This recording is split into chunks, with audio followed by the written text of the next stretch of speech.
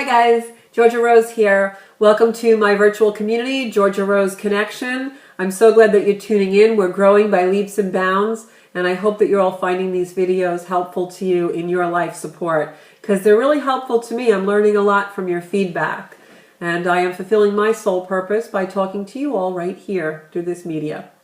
I am a Reiki master, energetic intuitive medium. I do spirit communication and Reiki, and I can also do tarot readings and spirit communication via Skype or private appointment. I am in Long Island, New York. You can find all of my information on GeorgiaRoseConnection.com. So today I'd like to talk about a subject that's a little hairy, but I think we can handle it. Abandonment. As we grow and we're on this journey of self-discovery and trying to find our authentic self and live our best life, a lot of times that involves a lot of healing work and going back into our past and healing things from our childhood. We call that inner child work, or even healing things that are happening in our life right now. And sometimes the hardest thing is to forgive. And abandonment is an issue that's very, very hard to forgive. I have had a theme of abandonment in my life, I guess you would say since I was a child, and constant repeating of the same theme on and on and on throughout my life. Great pain and egregious behaviors were done to me, and it would have been very easy for me to have a victimized life or a victim mentality. But I thank God that somewhere along the way I never was like that, and I always picked myself up and carried on and was able to accomplish great things in my life. But the caveat to that was I never really healed the abandonment, so it kept happening over and over and over again. And I really did not change that pattern until I took responsibility for it and really accepted that it was something in my life that I had to release. So I'm going to tell you a little bit about my story, and I hope that it helps you on your journey. This might be a bit of a longer video than normal, but I think it's an important thing because I think there are a lot of you out there that are really dealing with how to handle abandonment issues and how to heal them. And I found that this was one of my greatest challenges. I had a lot of things to heal, but the abandonment issue was the one that really kicked my ass. So, when I was 13 years old, I was abandoned by my father. And I say abandoned because I was the youngest of 5 children. My eldest brothers and sisters were all pretty much raised and out of the house. So I was really the only one out of the 5 siblings that experienced growing up without a father in the home. And this greatly altered the way my life would be compared to my siblings. So when I was 13, my father decided that he no longer wanted to live in the family home, and he left my mother and me, and my brother at the time was still living at home, to go on his own, which lasted a very brief time because he was in effect having an affair with a woman in the neighborhood that had 3 children, and he ended up with her. And this compounded my pain because at 13 I wanted to see my father and I wanted to have visitation with my father, but he would not show up. He'd leave me sitting on the steps. He would not return my phone calls. One time I went to visit him at work and rode my bicycle to his place of employment, and he ignored me and refused to come out. I was 13. I was innocent. I never did anything to my father. My childhood was very volatile. My father was a man who was a wonderful father and then used to beat us. So you never knew which father was going to be with you at any given moment. He was a hair-trigger temper and a very high-strung gentleman. So, but I still loved him. I still, as a child, I did have some good times with him. And so when he left, I still wanted to continue a relationship at 13, but was completely abandoned in that way. And what compounded this experience of his to take up with another family and move in to be their father was, it was a small community and on the North Shore of Long Island. And I would oftentimes be at the grocery store or, up at the local pizzeria with my friends. And I would see my father with these other children. And this was a father who had ignored me. So my pain was great. And I had a pattern in my life of my father in the males in my life of always choosing someone before me, putting someone ahead of me. And this affected me greatly. I had trust issues. I had abandonment issues. So fast forward, I reconciled with my father when I was 25. And we had a rocky relationship for most of my adult life, but I let him in my life after the abandonment because I truly wanted a father. And so we had an on-again, off-again kind of father-daughter relationship. He was a very narcissistic, very hard man to be around, and yet he was, when he was around sometimes to strangers, always the life of the party, very charismatic, handsome man. And he kind of thrived on that. He loved attention. So that was the history of me with my father. I had a disastrous marriage when I was younger, married someone very much like my father, and was physically abused in that marriage to the point where I was beaten, and I left that marriage. It was a very short marriage, and I left that marriage, but had to rebuild my life from there. I won't go into the details, but it was egregious behavior on the part of my spouse, and tremendous pain. And when I left there, I was a young girl in my late 20s, and I couldn't even make eye contact with another human being. That's how my spirit was so broken, and this person had really beaten my soul down. He had completely dimmed the light that we all have inside of us, and completely dimmed my light to the point where it was barely a flicker. So you can imagine the growth and the learning and the lessons that I've had to come to a place in my life where I'm creating a YouTube channel and helping people with life support from a girl that could not even make eye contact or speak to another individual. I was so frightened of people after he got done with the treatment that he imparted on me. But fast forward the last few years of my life, my father in his 80s was ill, and he was suffering of cancer, and we had a relationship in our life. We always got along the last 10 years of his life, but he was a hard man, as I said. So now I have a situation where my father's dying, and I'm with him. And every day I would go, and he was, the last 4 months of his life, he was in a nursing home, beautiful place. And I would go every day and nurse him and sit by the bed, and my sister would go in the evening because she worked, and I had the ability at the time, because I owned a business, where I could be flexible, so I would go every day. And that's when I healed a lot of things. And I learned that, my father abandoned me, and he did a lot of horrible things in his lifetime, but a lot of it had nothing to do with me. A lot of it, he was that man way before I came into the picture. So that helped me release a lot of my anger and a lot of my feelings of self-worth that were very bad. That, if your own father has abandoned you and doesn't love you, what are you worth? We look to our parents at a very young age for our self-worth. Daddy, look, I got an A. And if they don't react the way we want them to, even at 8 years old, it affects us our whole life. So here I am, a grown woman now. My father's dying, and I'm there every day with him, and that's when I learned who my father really was. My father taught me how to die. He was a man of great strength and dignity, and he never wavered from that. He didn't believe in God. He didn't believe in anything. He believed when you were dead, you were dead. He wasn't afraid of that. He basically was strong up until the very, very end. And that summer, we really got to know each other, and we became very close. And it wasn't a magic pill to end all the issue. I still took another 5 years after that to work the issues out. But here's how I did it.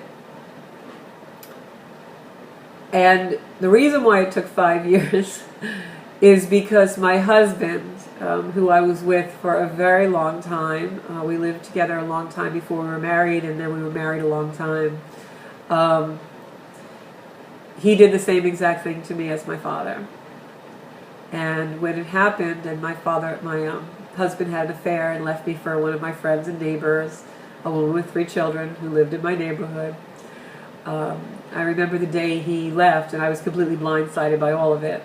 And I remember the day he left, laying in bed and realizing I was the same exact age that my mother was when my father left her. So there was something in the works here, I think, divinely orchestrated to teach me a lesson of learning. And so when I went through my divorce, it was a very horrific time because it brought back all the memories, all the same exact feelings of that 13-year-old little girl who was abandoned.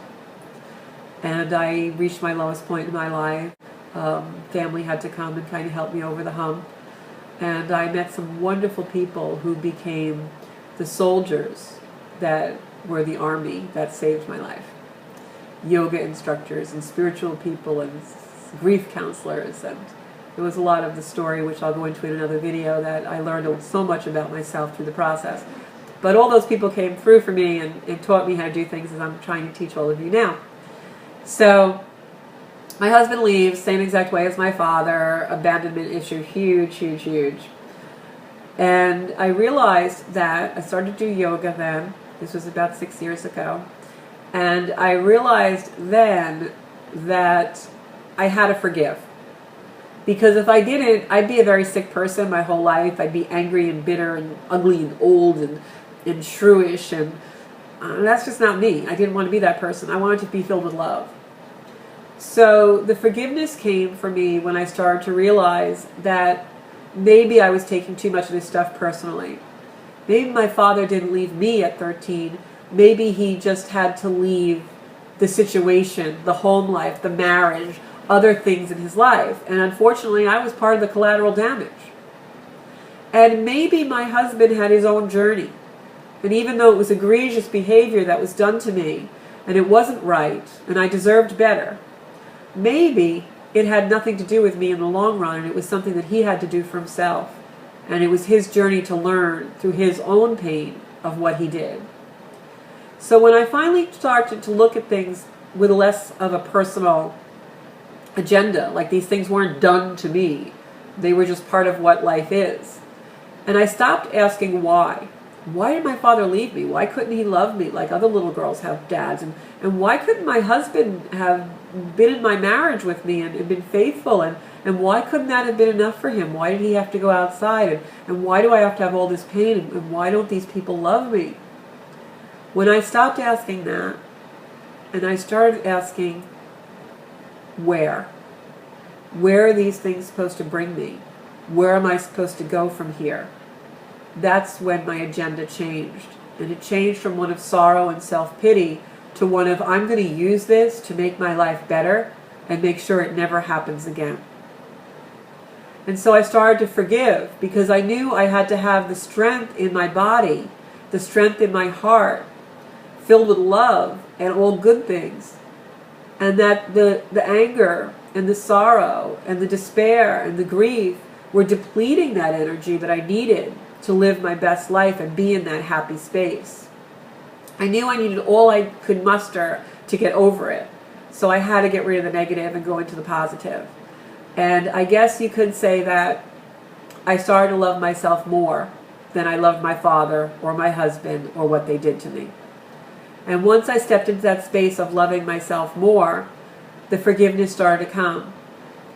And the feeling and the strength to move forward with my life started to come. And that's when I had the strength to work on the abandonment issue. Working on the abandonment issue, I tackled the same way I do everything in life, logically. I'm a Libra, and Libras analyze and are logical. So I said to myself, what's the opposite of abandonment? And the opposite of abandonment is safety.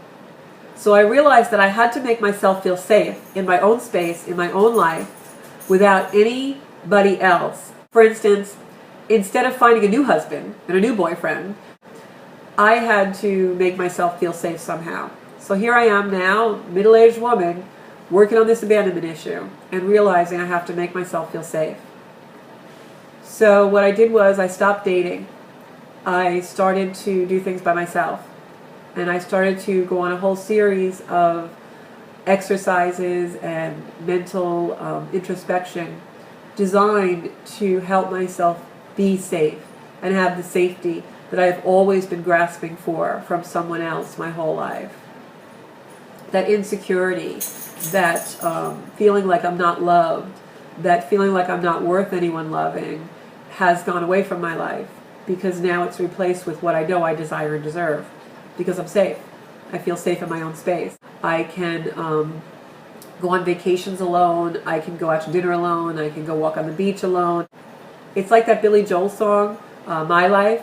Sooner or later you sleep in your own space. Well, that's how you cure abandonment. You've got to learn how to be by yourself and make yourself feel safe in your space, whatever that is for you. It could be financial. It could be going out and going back to school and learning something new so that you can financially support yourself. It could be just spending time alone and you've never done that, and now you have to take baby steps, and maybe you go to church on Sunday alone, or go join volleyball and play volleyball alone, whatever you like to do that you've always had someone there with you. That's making yourself feel safe in your own space, and taking care of yourself and self-care. Making yourself feel safe is the only way to cure an abandonment issue. You are never going to cure an abandonment issue by having someone in your life that tells you they will never leave you, because you will never believe them. The only way to cure an abandonment issue and abandonment feelings is to know that even if you have someone in your life and they leave you, you're going to be okay. You're going to be fine because you're safe within your own space. That's how you cure an abandonment issue. It's a lot of work. It's facing a lot of fear. It takes a lot of strength. But I've done it, and I know you can do it too. And then when you enter into a relationship, it's so beautiful, because you're not in a relationship worried someone's going to leave. You're not in a relationship worried you're not good enough. You're not in a relationship worried that you're going to say something or do something that's going to make someone leave. You're in a relationship completely in your authentic self, aligned with your heart, being yourself with no wall and no front, because you know if that person decides to leave, you're going to be just fine in a healthy way. And you're also not going to be codependent when you do have a relationship. You're still going to go to the beach alone sometimes. You're still going to be home alone sometimes, unless you live together. But when he wants to go on a fishing trip, you're not going to feel funny. You're going to be okay in your space. And the reason for that is because you've made yourself feel safe. So if you have an abandonment issue, every day put love in your own heart in some way by making yourself feel safe. Eliminate the people in your life that don't make you feel safe, that don't make you feel worthy. Surround yourself with supporting people, people who love you, people who tell you that you're worth something, and support that through their actions and words. Reiki healing sessions are beautiful and very effective for getting rid of these kind of childhood issues. And I hope this gives you some steps to begin in your healing process. And it's very painful, I know. I had many a dark night of the soul over this particular issue. It took me all my life to fix it. But if I didn't, then all my life I was stuck in that day that my father left. And I didn't want to be stuck in that 13-year-old girl, in that psyche, in that consciousness. I didn't want to live from a fear-based life. When I really started to look at this issue, I realized I made so many decisions based on the fear of abandonment in my life. I married the wrong person. I made a lot of really wrong choices out of fear. My choices are really better now. My choices are really healthy now. My life is better. Sure, I have my bad days. You guys are going to see some of them. I promise you I am not going to hold that back. This is a life support system, and sometimes I need your life support too at Georgia Rose Connection. But my life is 10 times, 100 times, 1,000 times better than it was when I lived in fear, because I've conquered it. So grab your own hand, be your own best friend, and don't be afraid to go after what you want and face your fear. It's the first step to doing it. You are worthy. You are loved. You deserve love. You're a beautiful, amazing human being. Shine your light. Thank you for joining my virtual community. You can find more about me at georgiaroseconnection.com or on any one of the videos that I have put up. I'm going to continue to do these videos to help you with life support so we can all learn to make our life our teacher and our friend. I have done that through the help of you and everyone in my life, and I continue to do so on my journey. Thank you for walking with me.